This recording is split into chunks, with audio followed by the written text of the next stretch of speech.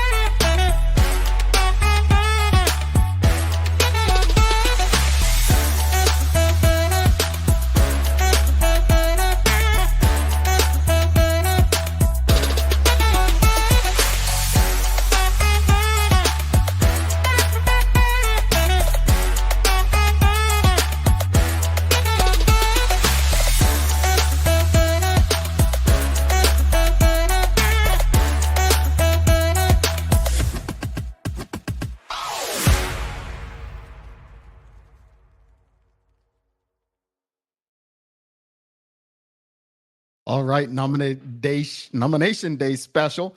Myself, Jamel Hartman, Maya Palacio, here with you. We're going to go live to Simone Vaughn. She's on scene. But Maya, before we go live to her, what's standing out to you so far about nomination day?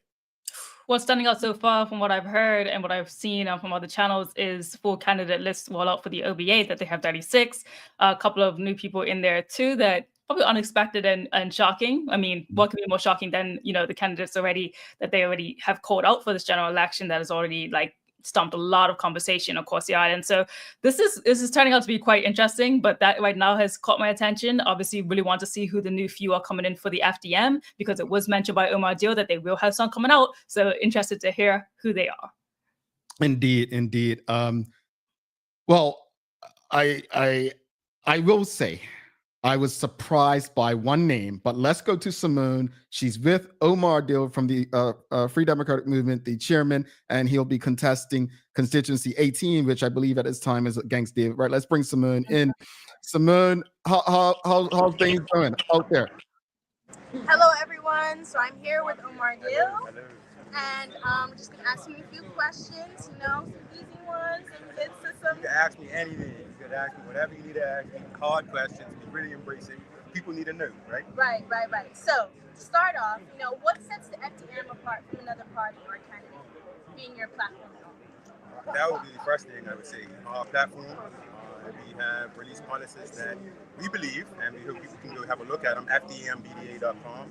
Policies that tackle housing, the real problems of housing.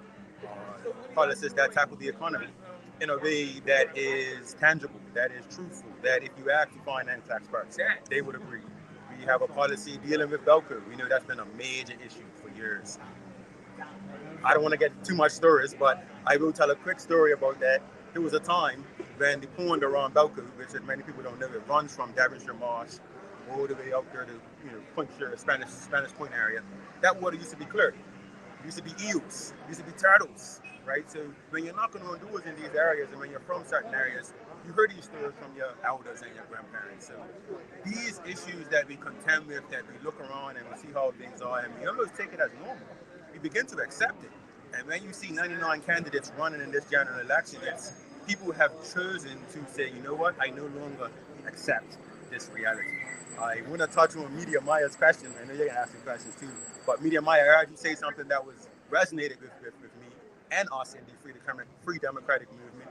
It was that certain parties have put forth candidates that kind of shocked you. Some candidates have caused quite a bit of an outrage. So in us being very selective, very careful with who we put forth and where we put them to, we do not want any one candidate to overshadow what we're trying to do.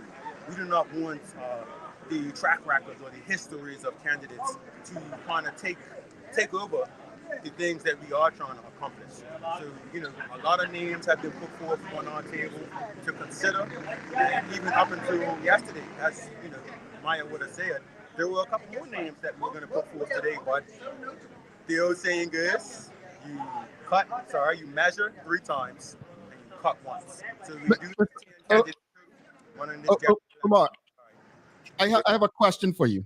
I have a question. There are rumors, and I become this person who gets information, and I told the audience, well, I heard a little rumor. And can you confirm whether or not that Michael Fay was initially going to be a part of the FDM team? No, Michael Fay is in the OBA. I believe, to my understanding, he ruled out yesterday. Yes? Yes, Yes. he did roll out as a OBA candidate. But what I'm asking, was he ever considered to be a candidate for the FDM? I would say no, based on ethos. There are, again, I mentioned the noise that comes with people. I don't believe he is somebody who, for whatever it's worth, brings the types of energy that we are trying to accomplish. So the answer, the simple answer is no. His name has never come across my personal desk. All right. Maya, you got the questions for him? Yeah, I'm wondering if we could hear from you right now who the newer members or candidates that have stepped forward today on nomination day that have not been addressed yet that you said were coming out. Can you tell us who they are? So yeah, I tried to address that. Basically, we have 10, and as of yesterday, like I mentioned in the interview, we was looking at having maybe 3 more or so. But in measuring and trying to determine, or 2.5 weeks left, would this candidate be effective? Do people want a candidate in this particular area? And it just kind of weighed out where you know what, we're going to sit you down for now. We could have put out 3 more candidates, or approximately 3 or 4 more candidates from yesterday to today. And that would have been just to appease people who want to see numbers. And we really want to have an impact in the things that we're doing, not just put a name in a seat for the sake of putting a name in a seat. I do want to, I don't know how much time we have, but I do want to kind of educate the public on the train of thought. At one point with our 2-party system, quote unquote, you needed 36 candidates, because if you don't run somebody in seat 4, then they get an automatic seat.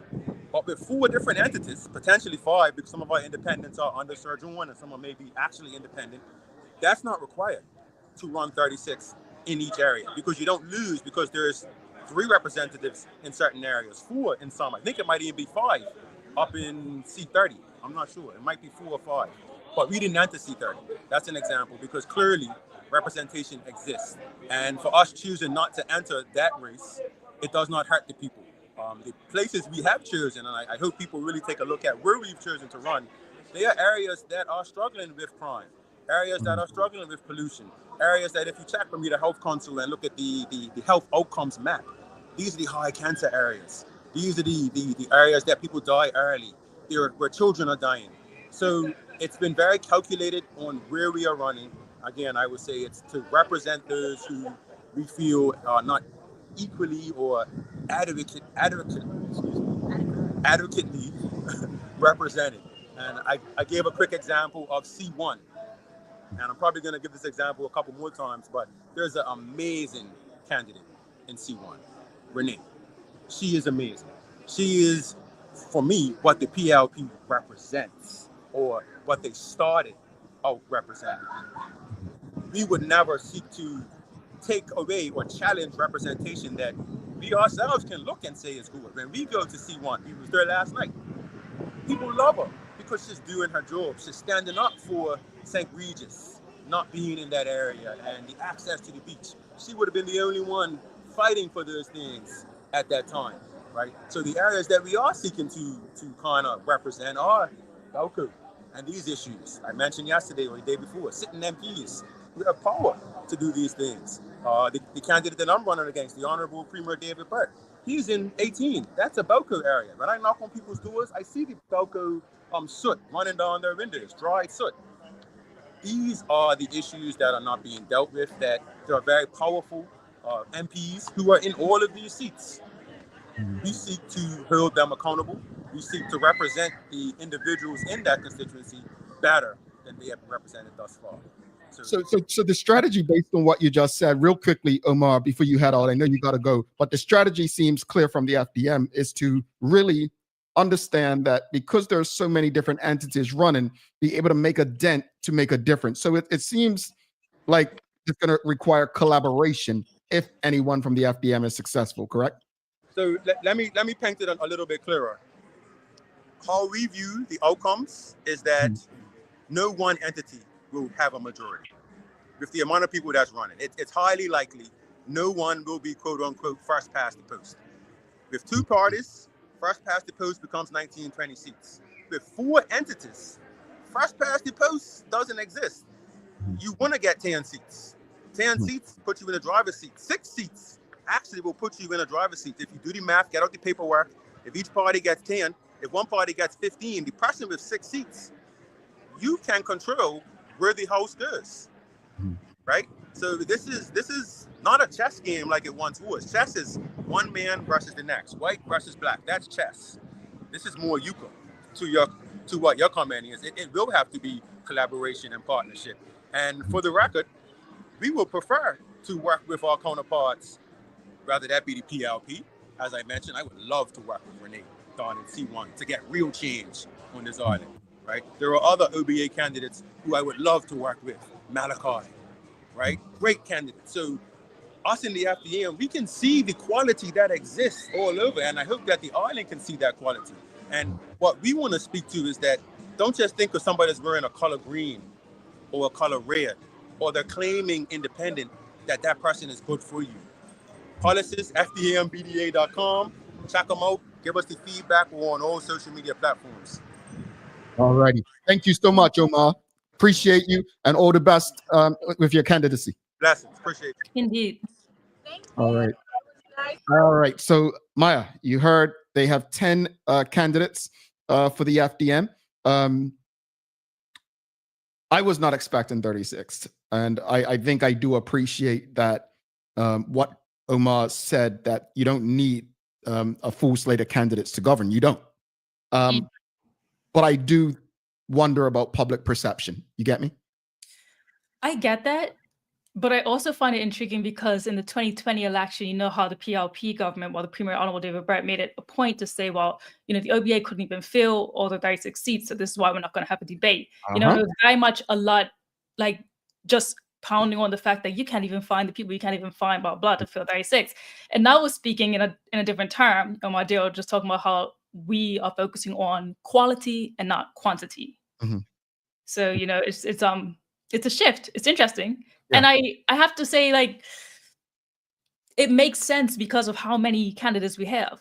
Like at this point, I know after yesterday we had 94 candidates in total. Now, after this it's going to be more because the OBA has filled theirs, so now we know we're up. Still haven't heard confirmation with the PLP yet, but excited to see if they have filled all 36. I feel like they should. Yeah, okay, great. So they have. Lauren Bell, Haywood Bell, they added Dawn Simmons and Andre Famous. Okay, great. So then, yeah, so we're already nearing 100. And that's just so many people to choose from and to also get to know in such a short span. Obviously, you want to get to know the ones in your own constituency, but still, when you think of those numbers, all those people are vying for a seat. Yeah, it's been interesting. I think the most interesting thing about today for me was seeing the Sophia Cannonier. I believe I heard her name. Sophia Cannonier, a candidate for the One Bermuda Alliance. And if you don't remember her name, she was the lady. She has been on a Daily Hour in the past. She was fighting basically against the lockdown restrictions during COVID. But I'm puzzled because I'm sure I'm not the only one who remembers her face a few years ago when a group of women came out and said they were moving forward with an all women's party. So I'm a bit confused by that. What happened there? But that's one of the highlights. So the OBA has said that they filled out the rest of their open seats with, I think it was Charlie Swan and his brother, Michael Swan. I think that was the name, the Swans, and then Sophia Cannonier. Those were the names that I heard that were given. And the PLP filled out theirs, I believe, with Andre Famous, which is going to be in C8, if I'm not mistaken. Dawn Simmons, I think C22, and Lauren Bell Haywood or Haywood Bell. I don't remember which constituency. Sorry, I think Mr. Famous is in C12, and Lauren Bell may be C8.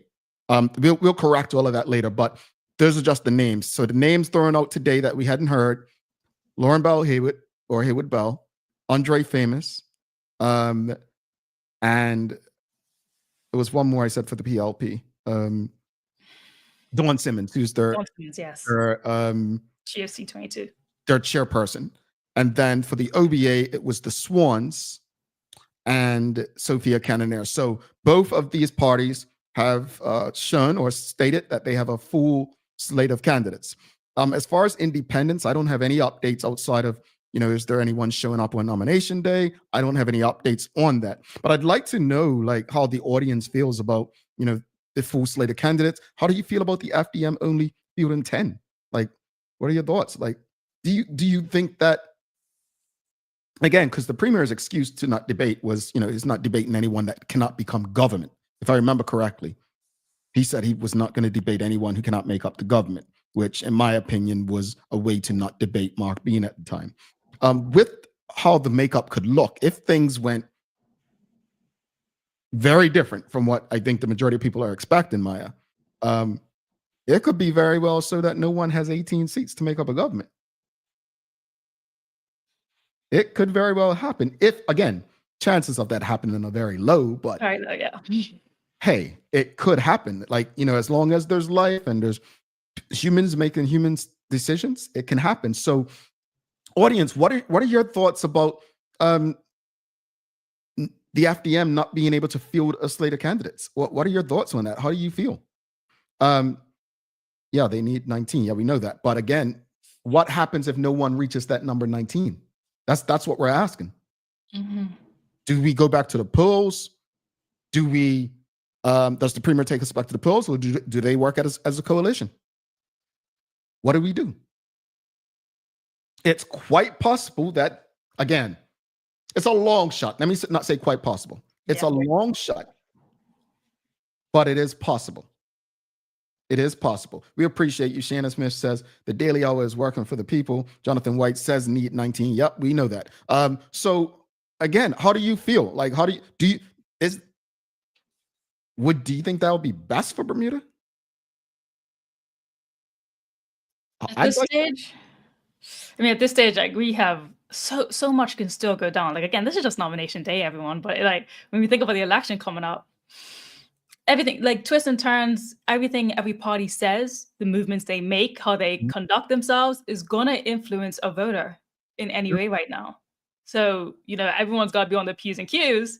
I know we had a lot to say in our news break this morning, and it's gonna be something that everyone's gonna have to, like, obviously button up, fix a tie, and present yourself well, because anything can swing a vote at this point with the amount of candidates that are, up and running. Though for the people who are going to be voting at the same time as what Omar Dio said, policies, right? However, they reflect to you, and also how these candidates are going to be contributing within your own constituency. And when did the PRP say they were going to drop their platform? Was it February the 9th? 6th, I believe. 6th or 9th? 6th? Okay, well, yeah, and then we gotta, wait on theirs as well for people to read up on. So, yeah. I want to know, how do people feel about a coalition government? Audience, let us know. How do you feel about a coalition government? But also, does the FDM having 10 candidates hurt them? Do you believe it hurts their credibility as a group that they only have 10 candidates? Do you feel that? Or do you understand where Chairman Omar Dill is coming from, that, you know what? We want to work with people like a Renee Ming, who's a great candidate in that constituency. Like, how do you feel? Do you believe that their approach is helpful? Like, do you think that approach is helpful? Let us know. What are your thoughts? Do I believe that the FDM having 10 candidates can hurt them? I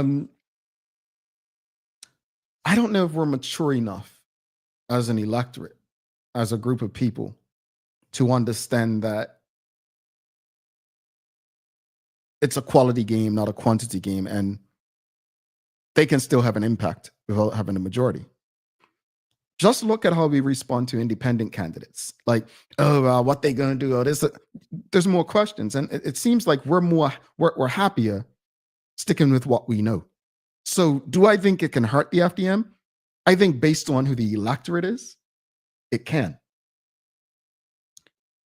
I hope it doesn't, and I hope that people are judged based on their ability to push for legislation and policies that Bermudians want. How do you feel about a coalition government? NTS says, I'm here. for a coalition government. Said it's here for a coalition government. Do you think one would even work though? I don't see if opposition or those who are seeking government can't agree to work together in an election. I'm challenged. I don't think it would work because each political party has their own ideologies. You feel me? Like I don't see how it would work. We have a question on Instagram, Maya. Someone asking, do you know who the others other than Tanae Ferbert for C3? C3. I thought that was Vita Fogo. Tanae Ferbert's C4, if I'm not mistaken. C3 would be Maurice Foley, Levita Fogo, Shakara Richardson. C4, where Minister Tanae Ferbert's running, I believe, was OBA Clifton Lambert. That's what I remember. But yeah, that's what we have for C4. But Tenexo says, do we know other than Tanae F for C3? Yes, Tanae is C4, but it's her and Clifton Lambert. We also got another comment from French Fries Potatoes, says yes to a coalition government. Yes to a coalition government over on Instagram. And then we have over here on YouTube, the more the merrier. Bermuda can't afford another majority government right now.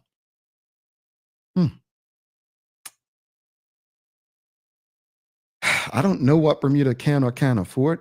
And I'm not here to tell people. This is nomination day.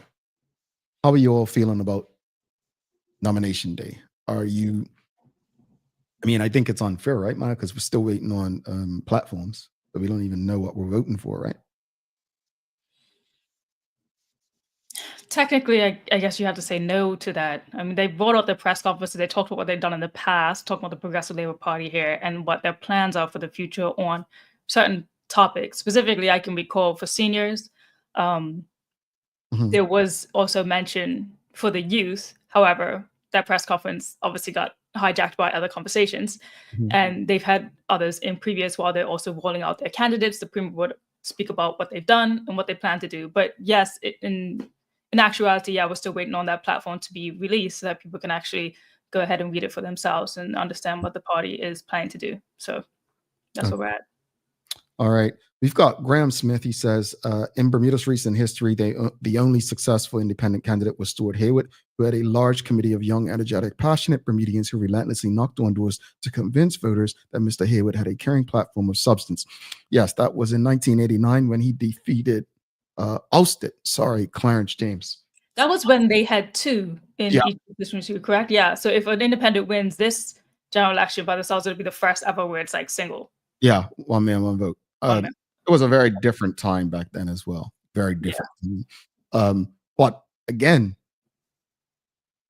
I don't know where Sophia Cannonier's running, and the fact that the OBA does have 36, I think even that hands the advantage to the Bermuda Progressive Labour Party, because again, if you listen to what Omar Dill said, is why put someone where a strong candidate is? What he means by that is, let's use Diallo Urbane versus the Honorable Renee Webb.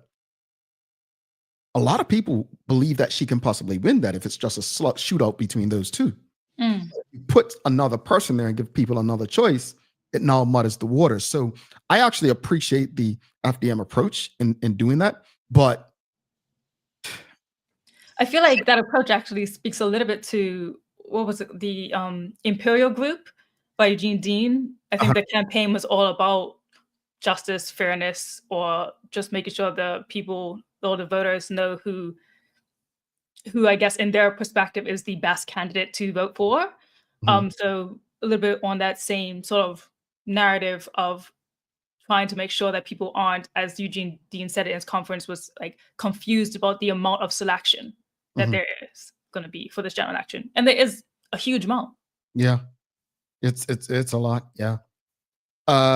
We've got, let's go to Jamaica says, Jamel, can you restate your comment on the 19th needed to win? Well, if it was just two parties, the advantage, they'd have to have 19 seats, right? Because 18-18 would mean tie. But 19 is not even really a win if the speaker comes from the winning party, right? Because it comes down to voting in the House. Like that's why you need at least 2021. I'd say 21 to really have a victory, because there are MPs that will miss the House of Assembly for whatever reason, medical, and so on. So it's a lot. To win and have full control in government, I would say you'd need, if it's two parties, you'd probably need 21, 22 seats.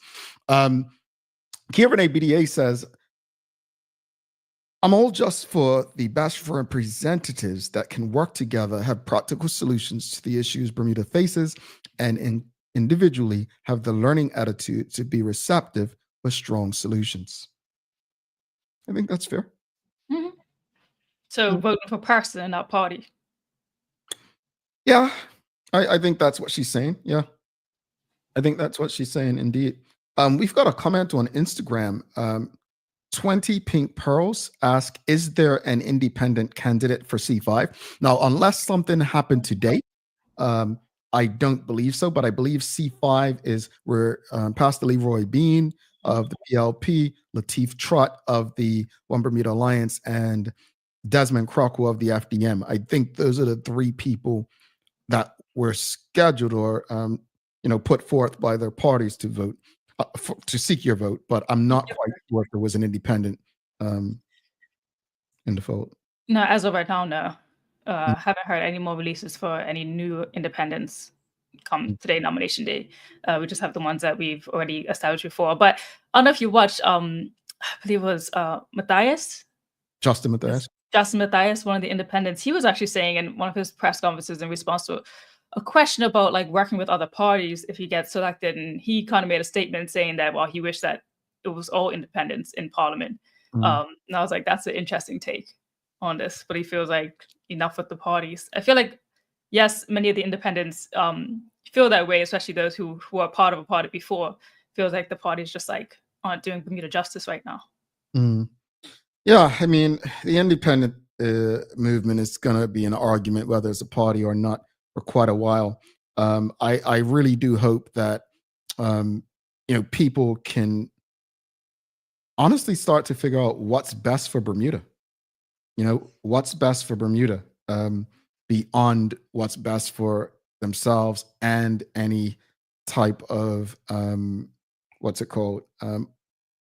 individual movement. Let's go to, we've got someone else in the audience. We've got Jonathan White. He says, where have all these independent candidates been for the last 7 years who now want to make a change? Help me understand why that question's relevant. Because at the end of the day, the PLP is governing. The OBA has been opposition. You're going to see and hear them. Just because someone pops up as an independent doesn't mean that they are at any, how can I put it? That doesn't mean that they are just showing up to the party. There are people who have provided jobs, done some form of activism, right?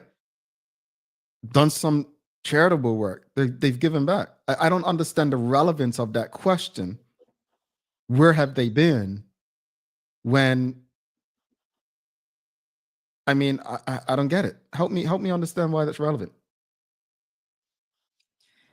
Well, my first initial thought from that question was the 7 years part. I'm curious as to why you picked that number, like where they've been for the last 7 years. But again, I think I'm going to turn it back actually to the FDM press conference when they talked about, I think it was Gary Foster-Gadsden was asking, well, what have each of you done within your constituency that, you haven't, again, because the FDM, yes, has been absent when the 2020 election was over. They were nowhere to be found. And now over the past year, maybe I'll give them a year, they've been back. So Gary Foster-Gadsden was asking, can each and every candidate that was announced yesterday talk about what they've done within the constituency? Now, Mark Bean did go on to say and reiterate strongly that, they don't like to be boastful with it. People in that constituency will feel and know what they have done, and they don't feel like they have to like publicly share like and lay out list by list the things like that that they have done. And so I'll kind of use that as an example, maybe that these people within their own constituencies have been very active within it. They just haven't been vocal about it on social media, maybe because they hadn't decided that they were going to go independent as well. So I would say if you have an independent in your constituency, ask yourself, have they been vocal enough for you, or have they been doing anything enough for you while you were in that constituency? Now, I can't, obviously, you can't speak for any of the other independents that you don't know or what they have done within their own constituencies, or maybe even for you. Maybe you can, because some people, some of these independents, maybe they have been very much so active in a lot of parts of the island that, maybe we're not aware of because it's not on social media. Again, like, and I'm heavy on media, I really am. But in some aspects, you got to remember, like, not everything is for social media. And sometimes people can use it in a way that, can only be beneficial in an ego boasting way. When something's done genuinely, it doesn't always have to be put on social media. But that's my perspective on it. I feel like you have to see what these individuals have done for you in your constituency before the election was called, over the years, throughout their lifetime, the type of person that they are. Yeah. So I would say that. Thank you for that, Maya, because I want to keep in context, saying where have they been is not everyone, and unfortunately, it seems like the case, but not everyone is filled with ego where they need to be sharing everything they're doing in their constituency. Someone can literally be going around cutting their neighbor's grass to elderly people in their space, driving people's children to work, helping to do some things around the yard. What are we looking from with that question when we're asking, where have they been the last 7 years? I'd like to know. Sancha Durham says, I think running as an independent has become an option because they are not happy with the parties and do not want to be a part of this mess. The mess, sorry. Times have changed. Politics is changing.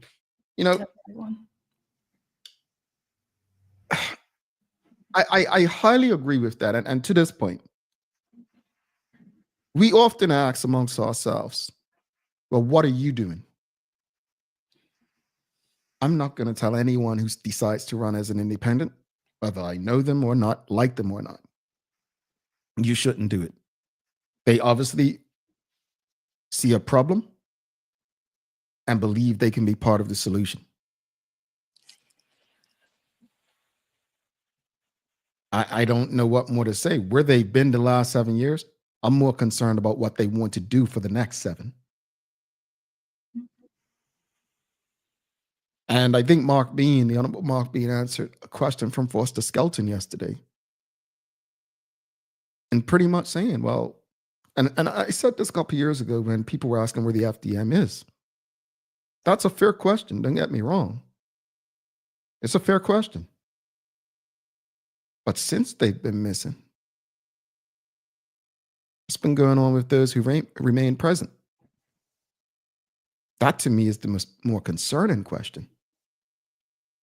Remember, the FDM didn't have anyone elected to even oppose legislation and policies.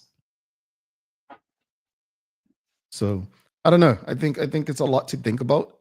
Nomination day, again, folks, if you're just tuning in with us, the Bermuda Progressive Labor Party did roll out an additional 3 candidates. They are Dawn Simmons, who's the chairperson of the party, Lauren Haywood Bell, and the final person was Andre Famous.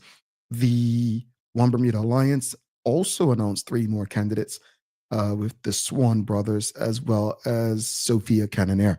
How do you feel? And the FDM, Free Democratic Movement, they announced that they are heading to the polls with 10. Now, I still don't have a final number on independents, though. Yeah. I mean, it's over now, so, and I don't believe anyone new showed up, but waiting for that to be fully confirmed, definitely. So we'll have those exact numbers definitely on the show tomorrow. But I mean, not tomorrow, Monday, but but yeah, but I'll also have something on Media Maya later this evening as well, video of like all the top 10 stories that you should be tapped into and know and understand with what's going on in this general election. That seems to be quite relevant and important. But yeah, this is who we have. This is who we have. Quite a high number. Yeah. Larry Marshall, he says, also, it's a plan. I've yet to see many viable solutions, just a whole lot of what's wrong. We know there's a lot wrong. Easy to point out. How can you fix it? Yeah, I think that's what people want. Look, knowing your character and your past is okay. What have you been up to? What have you done? But I want to know just as much. What are your plans? Mhm. What are you, okay, the state of the economy you say is bad. How can you help improve that? Education. What do you believe you can do to make an impact in improving it? Healthcare. Crime. Our roads. I think nomination day is now complete. People of Bermuda want to hear what you plan on doing to make their lives better. What policies and legislation? And let's not be reactive and just say, oh, we're going to do this in the first year because it's a hot topic right now. We want tangible solutions. And I'll say this. I don't know if you have anything else that you want to add, Maya. But I'll say this. It's everybody's individual decision to what they want to do. At the end of the day, I've always said this. There's something more powerful than the vote. Go ahead and vote. Vote for who you choose. But regardless of whether or not the person you choose to vote for gets in, you have a duty. You have a duty to hold elected officials and appointed officials accountable. Mhm. That's your job. It's not over after election day. And that's where we, the public, the electorate, fall short. You can't Well, show up every 4 or 5 years. Are we going back to Simone at all? No, Simone let us know that it is over, but she had done a couple of interviews, I think maybe 4 or 5 before we brought her on. So you definitely be seeing that on the YouTube channel over the weekend. We'll bring those to you sometime later today or tomorrow to see who she got in conversations with while Phil was out there with a videotaping.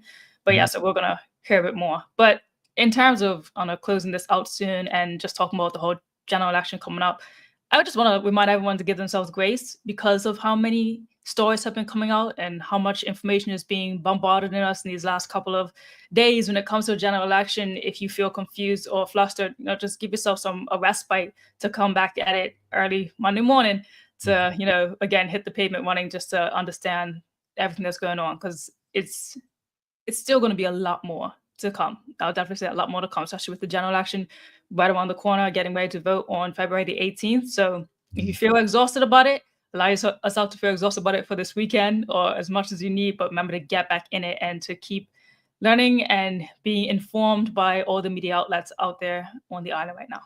Indeed. Thank you, Maya.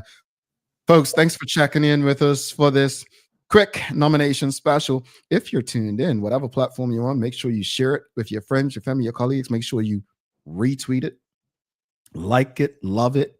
Let your peeps know that nomination day is complete. You should be seeing the full slate of candidates seeking your vote. As Maya said, give yourself grace. It's a lot of information. Put your phone down. Read a book. Give yourself some time away from it all.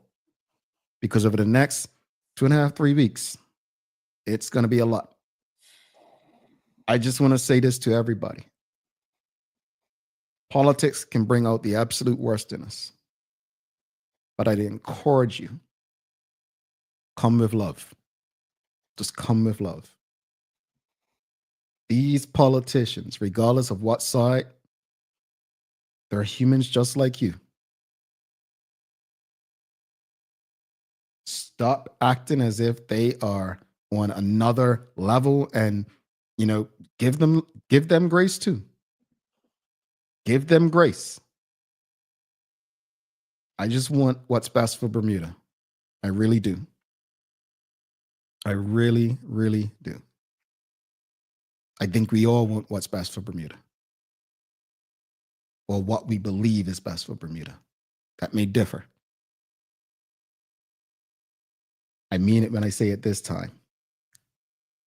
Have a wonderful, safe, and a great weekend. We'll see you on Monday morning. We are is out. Peace.